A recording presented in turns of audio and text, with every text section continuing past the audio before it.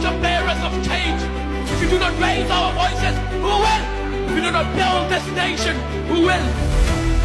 We are the fire that will burn away the darkness. We are the storm that will sweep away injustice and bring prosperity. Our ancestors shed their blood to give us this nation. We cannot sell it. We cannot lose it. We are the fire. We will burn every despair away. Now we must decide. Will we drown in the darkness of despair or rise as the sun of hope? Quando falamos em Nepal, a maioria das pessoas pensa imediatamente no Monte Everest. Mas, nos últimos meses, o que ficou no topo não foi a montanha, e sim uma revolução social que pegou o mundo de surpresa. Imagine um país que já foi monarquia, que tentou ser uma democracia, mas que vive preso em um ciclo de corrupção, desigualdade e governos instáveis. Agora, esse país está em chamas, prédios públicos queimados, o parlamento dissolvido e um primeiro-ministro forçado a renunciar. E quem puxou esse movimento? A geração Z. Hoje eu vou te contar a história completa, como funcionava o governo do Nepal, quais leis foram criadas e como isso virou combustível para uma revolta histórica. O Nepal foi por séculos uma monarquia absoluta, depois constitucional. O rei tinha poderes quase totais. Mas os anos 1990 e 2000 foram marcados por guerra civil maoísta e protestos populares pedindo democracia. Em 2008, o parlamento aboliu oficialmente a monarquia e o país se tornou a República Democrática Federal do Nepal. A ideia era criar um sistema parlamentar democrático, dividido em estados federais. O primeiro-ministro exerce o poder executivo e o presidente é chefe de Estado, mas apenas de forma cerimonial. O parlamento é bicameral, Câmara dos Representantes mais Assembleia Nacional. K.P. Sharma Oli, do Partido Comunista, CPN-UML, foi primeiro-ministro em vários mandatos.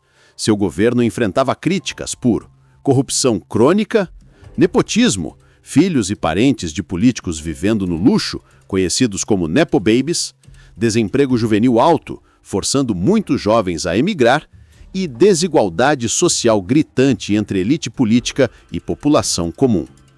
E apesar de algumas obras de infraestrutura e tentativas de aproximação com China e Índia, Oli se tornou símbolo de uma elite política desconectada da juventude. Mas então, em 2024-2025, o governo decidiu criar uma lei. Foi a pior decisão que eles poderiam imaginar. O governo apresentou uma lei de regulação das redes sociais. Plataformas como Facebook, X, Twitter e YouTube deveriam se registrar no Nepal e abrir oficinas no país. Conteúdos contra a nação poderiam ser punidos com multas ou prisão. A justificativa oficial era combater fake news e discurso de ódio, mas sabemos que na verdade era o início de uma ditadura, visto como censura e forma de silenciar críticas. Empresas não atenderam às exigências e o governo bloqueou as redes. Para a geração Z, isso foi o estopim. O último espaço de liberdade e expressão estava sendo retirado.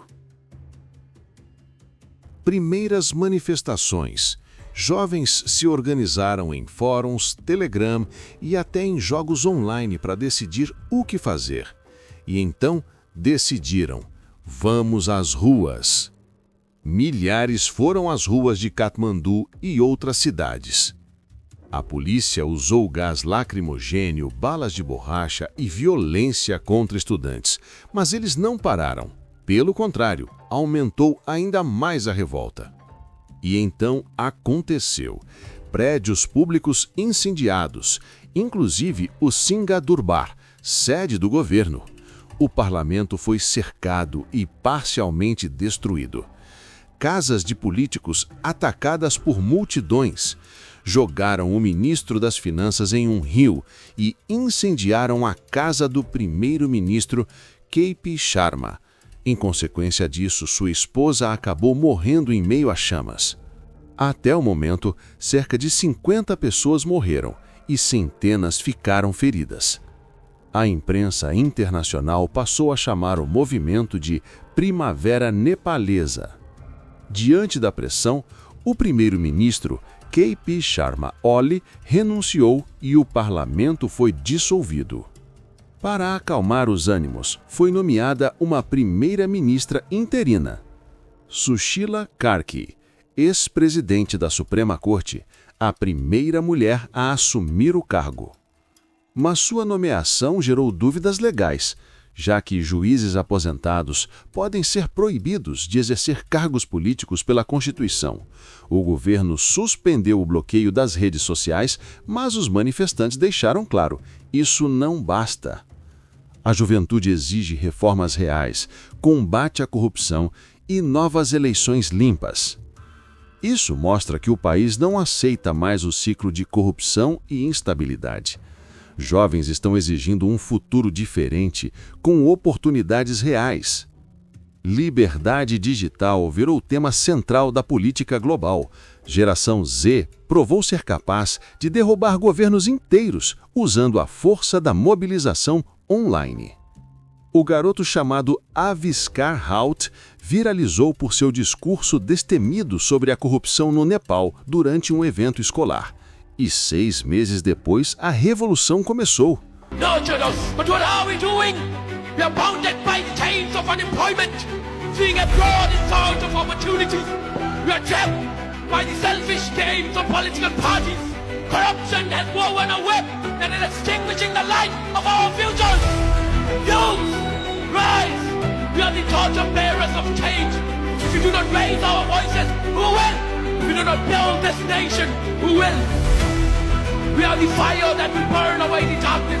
We are the storm that will sweep away injustice and bring prosperity. Our ancestors shed their blood to give us this nation. We cannot sell it. We cannot lose it. We are the fire. We will burn every despair away. Now we must decide. Will we drown in the darkness of despair or rise at the sun of hope? Will we change the fate of this nation or will we let it remain in shackles?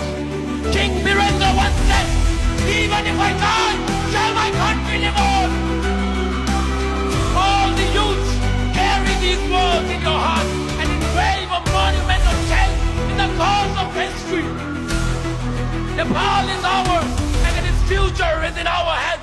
Jai Yuva, Jai Nepal! Outros países podem ver movimentos parecidos se tentarem sufocar vozes críticas.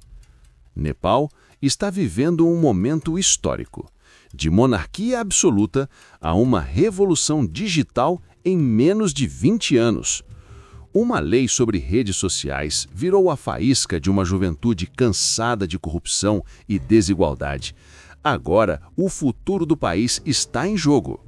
E eu te pergunto, você acha que leis de internet servem para proteger a sociedade ou apenas para censurar? Se curtiu o vídeo, deixa o like, se inscreve no canal e ativa o sininho. Isso ajuda bastante o canal a crescer. Já clica aqui no próximo vídeo que vai aparecer na tela. Obrigado por assistir e até a próxima!